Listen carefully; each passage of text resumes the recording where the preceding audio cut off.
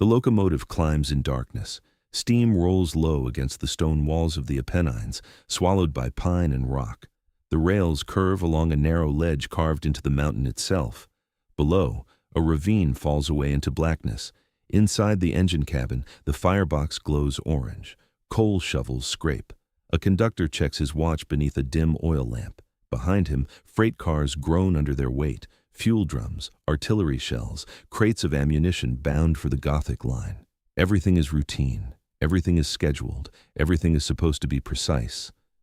The train rounds a bend where the valley tightens and the cliffs lean closer. Then, a metallic crack. A tremor that doesn't belong. The front wheels shudder. The engineer barely has time to reach for the brake. The rail shifts. The locomotive lifts. Steel screams against stone. One carriage slams into the next. Couplings snap. Fuel drums burst open and tumble into the ravine below. Sparks shower the mountainside as iron folds into itself. And then, silence. No gunfire, no ambush, no enemy in sight, only twisted metal blocking the only railway through the pass. By dawn, the entire line north will be halted. Somewhere in the forest above, unseen figures watch the smoke rise. They do not cheer. They simply turn and disappear into the trees. Because this was never about one train. It was about something far larger. For years, the world had been told a story about the German war machine. It moved with mechanical certainty. Columns advanced in perfect coordination, railways synchronized with armored divisions, fuel, ammunition, reinforcements, all delivered with mathematical precision. Blitzkrieg was not just speed. It was logistics turned into doctrine. When Poland fell in weeks, when France collapsed in 40 days, observers searched for explanations in tanks and tactics. But behind every armored thrust stood something less visible: trains arriving on time. Depots stocked to the ceiling, supply officers who believed efficiency itself was a weapon. The Wehrmacht's reputation for organization became myth. By 1944, that myth still lingered.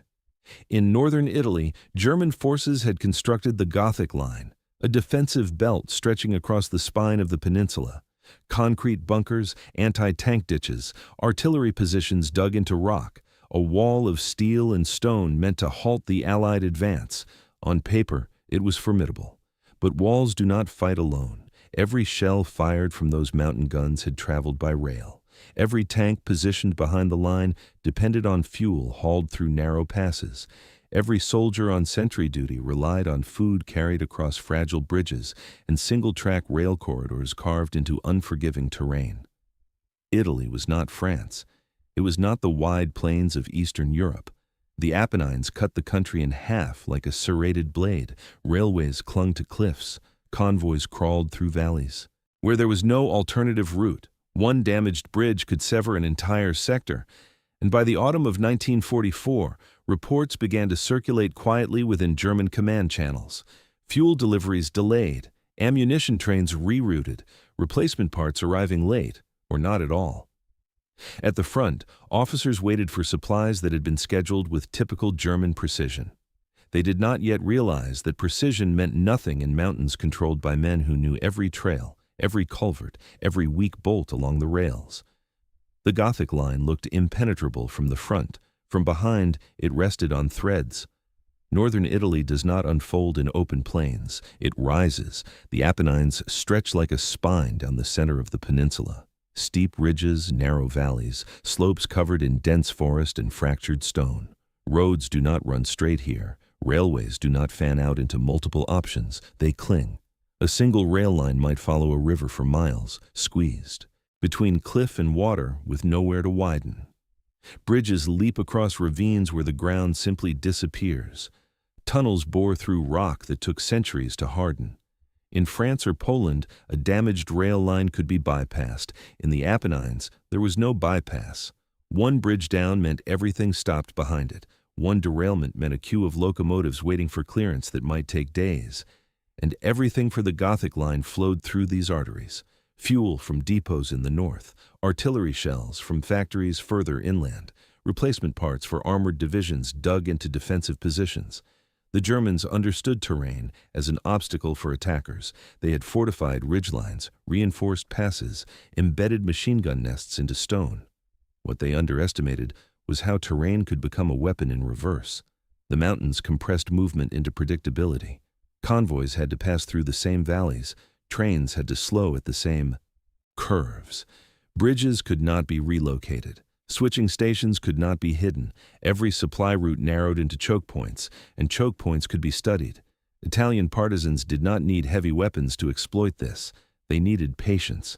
They needed familiarity with goat trails and logging paths invisible on German maps. They needed to know which rail joints bore the most stress at a curve, which bridge supports were exposed beneath the deck, which culverts could be loosened without collapsing the entire structure at once, because total destruction was not always the goal. Delay was. A freight train carrying fuel that arrives 3 days late may as well not arrive at all when an armored unit is scheduled to counterattack at dawn. A damaged span that requires careful inspection slows not just one convoy, but every convoy behind it. The mountains multiplied small acts into large consequences. To a German logistics officer in Florence or Bologna, a derailment might appear isolated, an inconvenience, a minor disruption. To the men in the forest watching smoke rise from a halted train, it was a calculation. Minutes lost, hours compounded, schedules unraveling. And unlike Allied bombers, which came in visible waves and then departed, the mountains never left. The resistance could strike at night and vanish before sunrise. They did not hold ground. They did not defend positions. They used geography itself as camouflage and force multiplier. By late 1944, the Apennines were no longer just a defensive shield for the Gothic Line. They had become a tightening corridor. And somewhere within that corridor, men with hammers and stolen explosives had begun to understand something critical. An army pinned between mountains cannot afford to be slowed, not even once. The men who derailed the train did not carry heavy demolition charges. They did not need them. On a cold night in the Apennines, 2 figures move along the tracks with lanterns darkened and boots wrapped in cloth to muffle sound. They do not speak. They count their steps. They know this curve well. Trains are forced to slow here. The outer rail bears enormous lateral pressure as the locomotive leans into the bend. Steel grinds against steel. Every passing axle strains the fastenings that hold the line in place. One of the men kneels. From his satchel, he removes something simple, a forged wedge of metal no larger than a hand. Sometimes it is a reshaped rail spike, sometimes a machined fragment stolen from a workshop sympathetic to the resistance. He positions it carefully at the joint where 2 rails meet, not randomly, at a stress point, a place where vibration will do the rest. A cloth-wrapped hammer strikes once, twice, soft, controlled blows. The wedge slides into the gap, forcing a minute misalignment. To the naked eye, in darkness, nothing appears changed. The rail still rests on its sleepers. The line still looks continuous. But when a locomotive weighing hundreds of tons hits that weaken joint at speed, physics becomes the saboteur. The first axle passes, the second bites, the third begins to climb. Steel wheels do not forgive deviation. The locomotive's mass amplifies the flaw. What began as a millimeter becomes catastrophic. By the time the engineer feels the shudder, it is already too late. The front wheels jump the track. Momentum does the rest. In the mountains, derailment is not a simple inconvenience. Recovery crews must be summoned. Heavy cranes must navigate narrow roads. Damaged rails must be replaced in terrain where equipment moves slowly and unpredictably. What might take hours on flat ground can consume days in a ravine. And during those days, every train behind the blockage waits. Fuel stands still.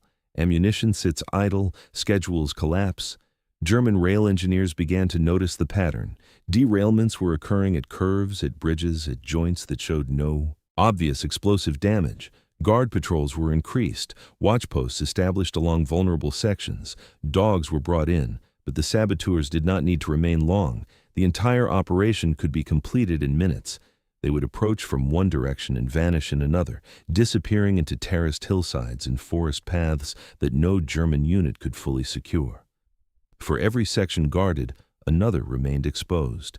And unlike bombing raids, which announced themselves with engines and sirens, these attacks were silent until the moment of failure.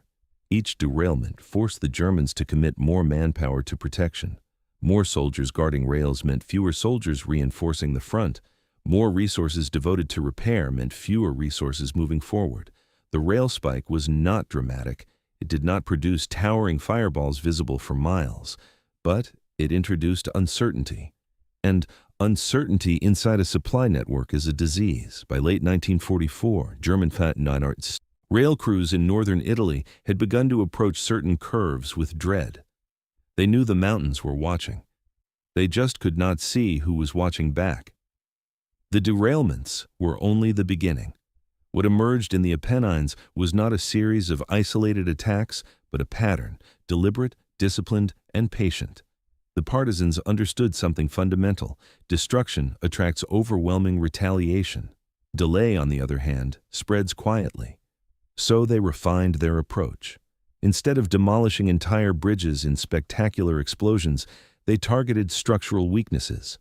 A support beam loosened, a charge placed not to collapse the span, but to crack it, forcing inspections, weight restrictions, closures that could last days without drawing immediate suspicion. Instead of attacking heavily guarded depots, they cut telegraph wires along lonely stretches of rail. Communication faltered. Dispatchers struggled to coordinate traffic. Trains waited for clearance that never came. Switching stations were tampered with. Bolts removed from track fastenings in isolated areas. Rail chairs slightly displaced. Culverts blocked so that autumn rains would wash out embankments naturally. Each act was small. Each act was plausible as accident. But together, they accumulated. A fuel train delayed 12 hours. An ammunition shipment rerouted. A repair crew diverted from one sector to another. The German system depended on synchronization. Timetables were calculated down to the minute. Units at the Gothic Line expected resupply at fixed intervals. Counterattacks were planned around precise delivery schedules. Micro-sabotage attacked the clock itself. A convoy that misses its window creates congestion. Congestion creates vulnerability. Vulnerability attracts Allied reconnaissance aircraft circling above the valleys in search of stalled columns. When bottlenecks formed along mountain roads, they became visible scars, lines of trucks, unable to disperse, easy targets from the air. The partisans did not operate in isolation from the broader war. They understood that every hour gained in the mountains multiplied Allied pressure at the front.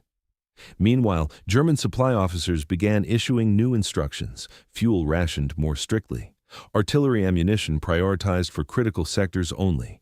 Repair units placed on constant alert. Reports from frontline divisions started to reflect a new tone, not panic, but strain. Requests for spare parts unanswered. Armored vehicles idled to conserve fuel. Guns silent not because there were no targets, but because shells were being counted. The Gothic Line had been engineered to absorb frontal assault. It had not been designed to function under chronic disruption from its own rear. The genius of micro-sabotage was that it rarely offered a decisive moment for German command to confront. There was no single battle to win, no headquarters to destroy, no leader to capture. Just friction. And friction, applied consistently across narrow mountain arteries, can slow even the most disciplined machine. By late 1944, the disruption was no longer episodic. It was systemic. The supply network still functioned, but it no longer flowed. It staggered. The sabotage did not survive on courage alone. It survived on roots. The Apennine forests were not empty wilderness. They were lived-in landscapes, terraced farms, stone cottages, shepherd paths winding between chestnut groves. Families had known these slopes for generations. They understood where fog gathered at dusk, where streams could be crossed unseen, which ridgelines carried sound, and which swallowed it. The resistance grew inside that knowledge. A farmer who noticed a rail patrol moving earlier than usual would pass the word before nightfall. A shepherd might guide partisans along a ridge invisible from the valley floor. Women in market towns listened for rumors, troop movements, inspection schedules, repair deployments, and carried that information quietly back into the hills. Cells were small, often no more than 5 or 6 men. If one was captured, he could not betray an entire network. Weapons were scarce, ammunition even scarcer. But information flowed freely, and information was safer to carry than explosives. The Germans attempted to respond. Sweeps were organized. Columns marched into villages at dawn. Identity papers were checked. Houses searched. Hostages taken when sabotage could not be explained. But the mountains diluted force. A company deployed to guard a rail line could not simultaneously patrol every logging path above it. A battalion sent into the hills would find empty campsites and cooling fire pits. The resistance did not hold ground. When threatened, they dissolved into forests, into villages, into the ordinary rhythms of civilian life. That fluidity frustrated German commanders trained to confront visible enemies. There were no clear front lines in the Apennines, only a shifting boundary between occupation and resistance, and each act of reprisal carried risk. Burn a village, and you may suppress one cell, but create 3 more. Arrest a suspected saboteur, and his brother may return to the rails the following week. The forest network functioned less like an army and more like an ecosystem. Cut one branch, and the roots remained. By the autumn of 1944, German patrols understood something unsettling. The sabotage was not the work of isolated bands. It was sustained by a landscape that refused to cooperate. The mountains were not neutral terrain. They had chosen a side. By late 1944, the Gothic Line still stood. Concrete bunkers remained intact. Artillery batteries were dug deep into mountain slopes. Machine gun nests covered valleys in overlapping arcs of fire. On the surface, the defensive system appeared formidable, a final barrier shielding northern Italy. But beneath the iron surface, something had begun to tighten. Fuel allocations were revised. Panzer units that once trained and maneuvered freely were ordered to limit engine hours. Tanks were repositioned and then left idle, crews instructed to conserve what remained in their reservoirs. Artillery commanders received new directives: fire only when necessary, prioritize confirmed targets, do not waste ammunition. Supply officers studied delivery timetables that no longer aligned with reality. Trains arrived late, if they arrived at all. Trucks scheduled to reinforce vulnerable sectors were rerouted or held back because fuel shipments had been delayed further south. At headquarters, frustration grew. Reports from the mountains described derailments and damaged lines, but no decisive enemy engagement. There was no battle to win, no single offensive to crush. Instead, there was uncertainty. Units began to plan not only around Allied pressure from the front, but around the possibility that promised resupply might fail. A counterattack postponed because fuel had not arrived. A defensive sector reinforced with fewer shells than expected. Mechanics cannibalizing parts from disabled vehicles to keep others operational. The effect was subtle at first, then cumulative. The Gothic Line had been designed to absorb force, to hold against concentrated assault. It had not been designed to operate under constant logistical doubt, and doubt changes behavior. Commanders grow cautious, offensives shrink, reserves are hoarded instead of deployed. The partisans in the mountains could not see the war rooms where these decisions were made. But their work echoed there. Every loosened rail, every cracked bridge, every delayed train inserted hesitation into a system that had once prided itself on precision. The line still held, but it no longer felt invulnerable. While the German supply system faltered in the mountains, the Allied advance did not pause. By the autumn of 1944, British and American forces were pressing steadily against the Gothic Line. Infantry probed defensive sectors along ridgelines. Artillery hammered known strongpoints. Engineers searched for weaknesses in wire and concrete. Above it all, Allied aircraft roamed the skies of northern Italy. Reconnaissance pilots began to notice something unusual. Rail traffic bunching along valleys, columns of trucks halted in tight formations, freight cars stalled near damaged bridges. The mountains that once shielded German logistics now betrayed them. When a rail line was cut, trains did not simply vanish, they accumulated. When a bridge required inspection, convoys stacked up along exposed roads with nowhere to disperse. From the air, these bottlenecks appeared as thin veins of metal and canvas threading through stone, and aircraft attacked accordingly.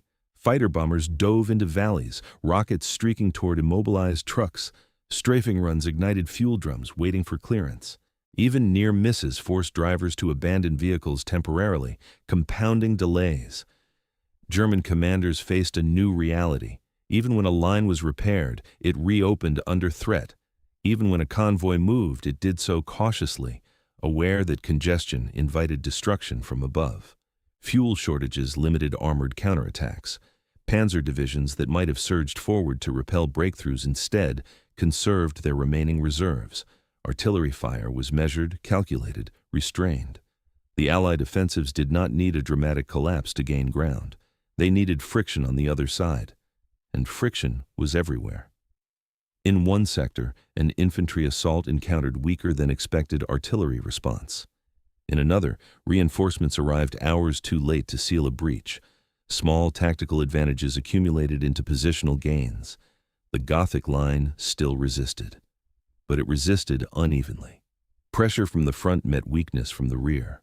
And in war, when two forces press against a structure from opposite sides, even reinforced stone begins to crack. There was no single explosion that shattered the Gothic Line. No dramatic moment when the entire front collapsed in a thunderclap of artillery. Instead, the breaking point arrived quietly. In late 1944, another train attempted to climb through the Apennines before dawn. It carried fuel, desperately needed reserves for armored units positioned behind a threatened sector of the line. The locomotive never reached its destination. At a narrow curve above a ravine, the rails betrayed it once more. The derailment itself was not extraordinary. Wreckage blocked the track, repair crews were dispatched, engineers assessed the damage, but this time the delay came at the wrong moment. An Allied assault intensified that same week. Infantry pushed into a weakened ridge position. German commanders requested immediate armored support to stabilize the breach. The order was given. The tanks did not move.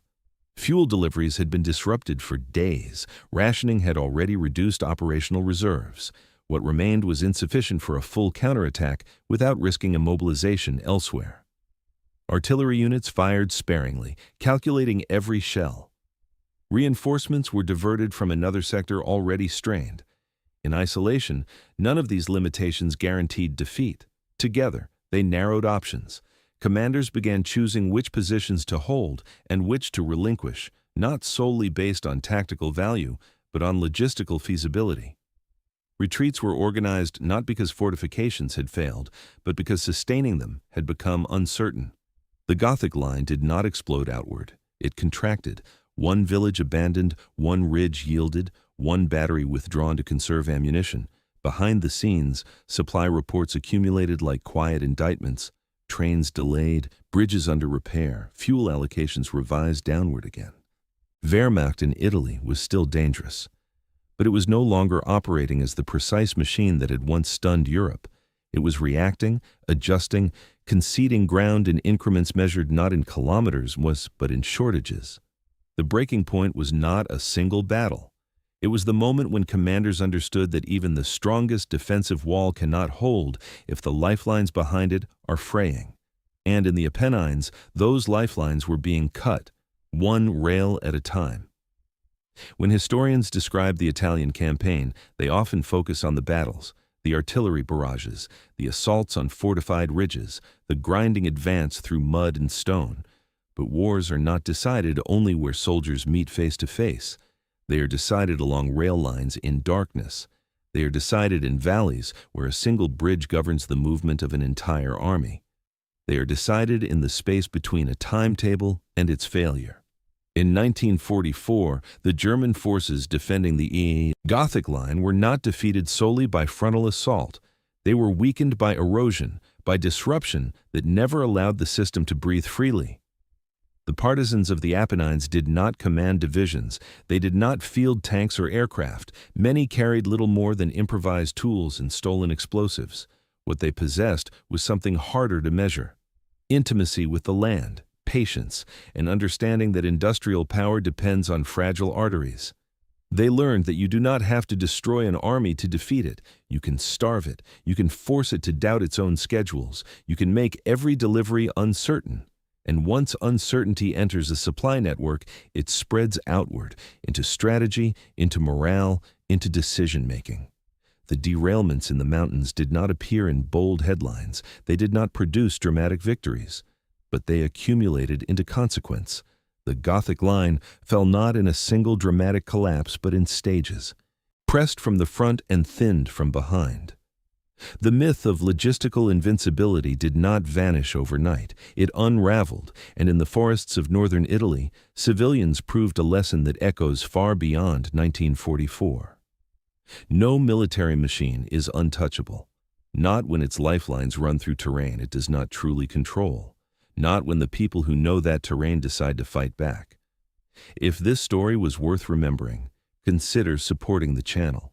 And share in the comments which overlooked resistance campaigns you believe deserve to be told next.